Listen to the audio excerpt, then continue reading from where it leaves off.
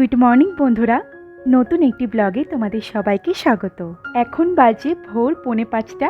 আমরা morning walk করতে বেরিয়ে পড়েছি আর তোমাদেরকে সঙ্গে নিয়ে আমি আমার ব্লগটা শুরু করছি। তো দেখো, এই রাস্তা দিয়ে আমরা ওই যে জায়গাটা তোমাদের কালকে দেখালাম সেই জায়গাতেই আমরা মর্নিং ওয়াক করতে যাব। আর এই দেখো, আমার কটা বন্ধু আমাদের পাড়াতেই থাকে, আমাকে দেখলেই একদম লেজ নাড়তে শুরু করে দেয়। আমরা যেহেতু প্রত্যেক দিন এই রাস্তা দিয়ে যাই, তাই ওরা এখানেই বসে থাকে যে কখন আমরা আসব আর কখন ওরা পেছন পেছন আমাদের সাথে যাবে। পুরোটা যায় না, কিছু দূর গিয়ে ওরা ছেড়ে দিয়ে আসে আমাদের। সাধে কি বলে কুকুর প্রভুভক্ত। তবে আজকের সকালটা কিন্তু বেশ কষ্টদায়ক ছিল, কারণ একটুও হাওয়া ছিল না, প্লাস গুমট একটা গরম, এরকম কিন্তু সকালটা থাকে না।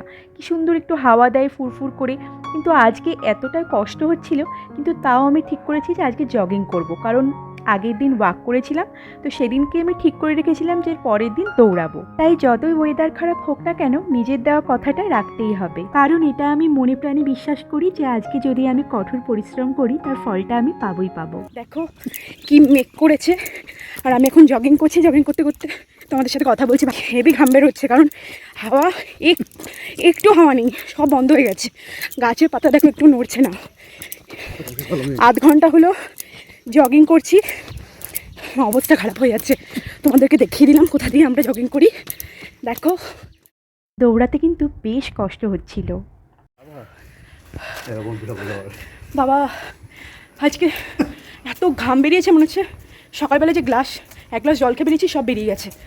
35 মিনিট জগিং করতে পেরেছি, আরও পারতাম। ওয়েদার একদম ভালো না, দেখো পুরো মেঘ করে রয়েছে, প্লাস একটু হাওয়া নেই, আর ঘাম বেরোচ্ছে সমানে। অনেক কষ্ট হয়ে গেছে গাইস। তো চলো, এখন আর্মি ক্যাম্পের মধ্যে ঢুকছি, তো ভিডিও করা যাবে না। ক্যাম্প থেকে বেরিয়ে তারপর তোমাদের সাথে কথা হচ্ছে। আর্মি ক্যাম্পের মধ্যে যেহেতু ভিডিও করা অ্যালাউড নয়, তাই জন্য ওখানে আমি আর কথা বললাম না। দেখো বন্ধুরা, কি মেঘ করে এসছে, কালো হয়ে এসছে। হ্যাঁ, আর দৌড়াতে পারবো না আমি, শরীর পুরো মনে হচ্ছে সব জল শুষে নিয়েছে। ভোরবেলা যখন বেরোলাম তখন একটু আলো ছিল, এখন মনে হচ্ছে আরও অন্ধকার হয়ে আসছে পুরো। আর কি সুন্দর লাগছে না দেখতে, দেখো। মনে হচ্ছিলো সকালবেলা উঠবো না ল্যাদ লাগছিল, বাট ওঠার পরে এখন হেভি লাগছে একদম। সারাদিনটা এখন ঝরঝরে যাবে। আগে আমরা যখন উড়িষ্যায় থাকতাম তখন প্রত্যেক দিনই প্রায় বেরোতাম, তাই না বলো? জগিং করতাম 1 ঘন্টা, তখন তো 1 ঘন্টা দৌড়াতাম। এখন দমটা নেই, আবার আস্তে আস্তে বাড়াতে হবে। এখানে এসে কেমন ল্যাথখোর হয়ে গেছি, ওই জন্য ওয়েটটাও বেড়ে গেছে 2 কেজি। এখন আবার কমাবো, ওয়েটটা ফুল আর আছে। তো আজকের মতো তো আমার জগিং কমপ্লিট। আবার কবে বেরোতে পারবো আমি জানি না, কিন্তু আজকে আমি যে দৌড়াতে পেরেছি বা আমি আমার দেওয়া কথাটা রাখতে পেরেছি, এর জন্য আমার মনে অনেক শান্তি লাগছে, বিশ্বাস করো। ওয়েটটা যেহেতু অনেকটাই বেড়ে গেছে, ওটাকে কন্ট্রোলে না আনলে মুশকিল। এবার তোমরা বলবে মাত্র তো 2 কেজিই বেড়েছে। হ্যাঁ, 2 কেজি বেড়েছে, কিন্তু আমার কাছে এটা অনেক। কারণ কি বলো তো, আমি যখন মোটা ছিলাম তখন একটু থাইরয়েডের আমার সমস্যা ছিল, তো ওটাকে কন্ট্রোলে রাখতে গেলে আমাকে ডায়েট আর এক্সারসাইজের মধ্যে থাকতে হবে। আর মেয়েদের তো হাজার একটা হরমোনাল প্রবলেম, তার জন্য ওই এক্সারসাইজের মধ্যে থাকলে শরীরটা সুস্থ থাকে, এই আর কি। যেহেতু সামনেই বর্ষাকাল, ওই জন্য বাবা আর ও মিলে বালিগুলো তুলে রাখছে, না হলে না বালিগুলো পুরো ভিজে যাবে। তো হেঁটে এসে এখন বাড়ি পৌঁছে গেছি। অনেকক্ষণ রেস্ট নিতে হয়েছে, কারণ 10-15 মিনিট ধরে প্রায় কত কেজি যে ঘাম বেরিয়েছে তার ঠিক নেই। তো এখন রেস্ট একটু নিয়ে ভাবছি ছাদে যাই, খুব হাওয়া দিচ্ছে। আমরা যখন বেরিয়েছিলাম তখন হাওয়া ছিল না, পুরো গুমট হয়েছিল, এখন একটু হাওয়া দিচ্ছে ভালো। আর মেঘ করে রয়েছে, যাই একটু ছাদে গিয়ে একটু ফ্রেশ হলো। ছাদে যাই তাহলে, আমরা ছাদে গিয়ে अरे कहना क्या चाहते हो? ছাদে গিয়ে ব্লগটা কন্টিনিউ করছি। চলো, লাইট অফ করি।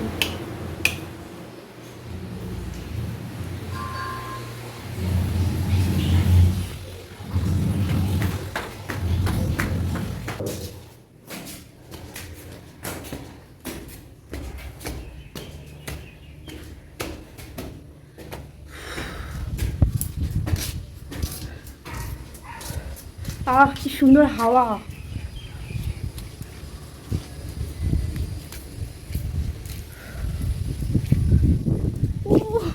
হেভি হাওয়া দিচ্ছে আজকে।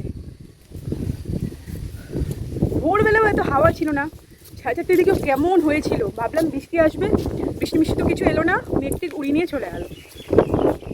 কিন্তু বৃষ্টি আসবে, আর 2 দিন পরে আসবে বলছিল তো। কত তারিখ থেকে যেন বর্ষা ঢুকবে বলো না, বলো। 21 তারিখ না? আর 20 দিন পরে তোমাদের ওই ছাদটায় উঠবো, উঠে আরও ভালো করে চারপাশে দেখাতে পারবো। ওদিকে পুরো ঝিল দেখা যায়, ওই দিকটায় ঝিল দেখা যায়, আর ওদিকে ব্রিজ হচ্ছে ভালো, মানে ওই ওপরে উঠলে না এত সুন্দর লাগে, চারিপাশটা হেভি লাগে। তাও তো এখন অনেকটাই ভর্তি হয়ে গেছে জায়গাটা, আরও ফাঁকা ছিল। ওই পাশে ধান চাষ হতো, ওই জায়গাটা বাড়ি হয়ে গেছে, তারা দেখা। ওই দেখো ওই জায়গাটা না বাড়ি হয়ে গেছে। ওই জায়গাটা আগে তোমার ধান চাষ হতো ওই জমিটায়, এখন 2-3টে বাড়ি হয়ে গেছে, আরও তো সব জমি বিক্রি হয়ে গেছে।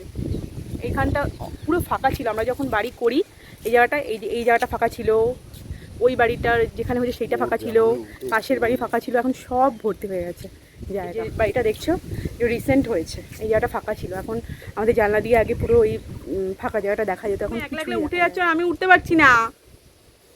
দেখো দেখো কি শয়তান, আমাকে একলা রেখে উঠে যাচ্ছে।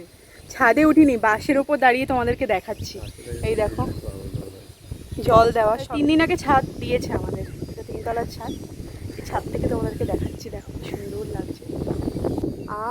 হাওয়াতে মনে হচ্ছে দুলছি আমি। আমরা এই ছাদটায় ছিলাম, এখন বাঁশের উপরে উঠে কথা বলছি, বাঁশের উপরে উঠে কথা বলছি। দেখো কি হাওয়া, দেখো কি ভালো লাগছে। নাইটি পরে বাঁশের উপর উঠেছি, উঠে কথা বলছি। वाह क्या सीन है, वाह क्या सीन है। এই ভিডিওটা দেখে আমি নিজেই হাসছি, কারণ আমার মতো গেছো বউ আর আছে কিনা আমি জানি না। নাইটি পরে বাঁশের ওপর উঠেছি, উঠে তোমাদের সাথে কথা বলছি, ভাবো তাহলে আমার কাণ্ড। বাড়ির ছোট বউ নাইটি পরে উঠেছে বাঁশের ওপর।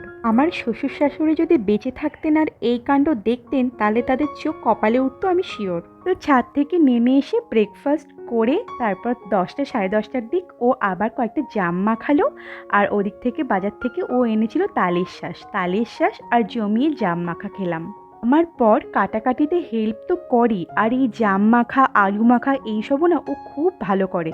যখনই ও জামটা আনে আমি বলি তুমি মাখাও তো, আমি খাবো, কারণ ওর মাখানো ছাড়া না আমি খেতে পারি না, আমি মাখলে সেই স্বাদটা হয় না।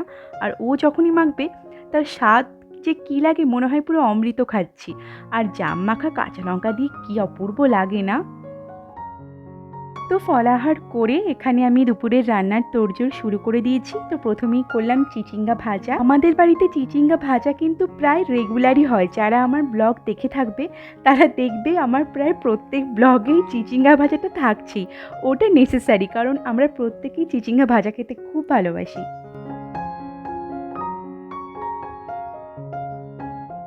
তো চিচিঙ্গা ভাজা হয়ে যাওয়ার পরে ফ্রিজে দেখলাম কি যে 4 পিস ইলিশ মাছ পড়ে রয়েছে। ওই পেটির মাছগুলো আমরা ভাপা খেয়ে শেষ করে দিয়েছি, তো লেজার মাছগুলি পড়ে রয়েছে 4 পিস। প্রায় 1 মাস হয়ে গেল মাছগুলো ফ্রিজে রয়েছে, প্রত্যেক দিন ভাবি করব এ করে আর করা হয় না। এরপর মাছগুলো যদি আর বেশি দেরি করি টেস্ট থাকবে না, তো আজকে ভাবলাম যে করে নিই। আমি ইলিশ মাছ খাবো না, কারণ আমি লেজা একদম খেতে পারি না, মানে খুবই কাঁটা থাকে, আর আমি কাঁটাযুক্ত মাছ খেতে পারি না, লেজ মানেই তো কাঁটা, তাই জন্য আমি আর কি খাবো না, ওরাই খেয়ে নেবে। আমি ইলিশ মাছের সব খাই, শুধু লেজ বাদে। আমি তো আগে ইলিশ মাছ খেতেই পারতাম না, মা ওই কাঁটা বেছে দিত, তারপর আমি খেতে পারতাম। ভাবো ইলিশ মাছের কাঁটা আবার তাও বেছে দিতে হবে আমাকে, কি পাগল ছিলাম আমি। এখন তাও ওই বিয়ে হয়ে যাওয়ার পরে আমি কাঁটা বেছে খেতে পারতাম, বিয়ের আগে পর্যন্ত আমাকে মা কাঁটা বেছে দিত সব মাছের। বিয়ের পর যখন শ্বশুরবাড়ি গেলাম, পরের দিন খেতে বসেছি, আমার কাঁটা বাছা দেখে আমার যা আমার ভাসুর সবাই হাসাহাসি করছে, মানে ভাবছে যে এত বড় মেয়ে এখনও কাঁটা বাছতে শিখিনি। তো যাই হোক সেসব কথা ছাড়ো, আমার রান্না তো হয়ে গেল, আজকে 2 পদের রান্না, ওই চিচিঙ্গা ভাজা আর এই ইলিশ মাছ বেগুন আলু দিয়ে। এরপর তো এই রান্না করার পর গ্যাস ট্যাস মোছা, এই জিনিসটা আমার সবচেয়ে বিরক্তিকর লাগে, তাও করতে হবে আর কি, কারণ রান্নাঘর পরিষ্কার পরিচ্ছন্ন রাখতে হবে। তো রান্না টান্না হয়ে যাওয়ার পরে গ্যাস ট্যাস মুছে স্নান করে পুজোটা দিয়ে দিলাম। আর জানো তো আস্তে আস্তে আমার গা হাত পা ব্যথা হওয়া স্টার্ট করে দিয়েছে, কারণ ওই যে বললাম যে 8 ঘন্টার বেশি দৌড়েছি, ব্যাস জানি না রাত্রেবেলা কি হবে, গা হাত পা কতটা ব্যথা হবে, ব্যথাতে জ্বরও আসতে পারে। তো দুপুরবেলা খেয়ে দিয়ে শোবো কি, তারপরে বরের হয়ে গেল ডিউটি, তো ওর জন্য রাত্রের টিফিনটা প্যাক করে দিতে হবে। তো ভাবলাম যে ডালিয়া ছিল, তো ডালিয়া করে দিই। আমি কিভাবে ডালিয়া করি বলো তো, ওই খিচুড়ির মতো করে তো করি, আবার করি হচ্ছে তোমার ওই একটু ডাল, মুসুর ডাল আর ডালিয়া নিয়ে নিই, সম্পূর্ণ হলুদ ছাড়া হয় জিনিসটা। 5 ফোড়ন দিয়ে দিই আর একটা শুকনো লঙ্কা ফোড়ন দিয়ে দিই, তারপরে একটু পেঁয়াজ দিয়ে দিই, পেঁয়াজ দিয়ে একটু নেড়ে চেড়ে তারপরে ডালিয়া আর ডালটা দিয়ে নেড়ে চেড়ে জল ঢেলে দিই, 2টো কাঁচা লঙ্কা ফেলে দিই, একটা মাত্র ছিটি দিয়ে দিই।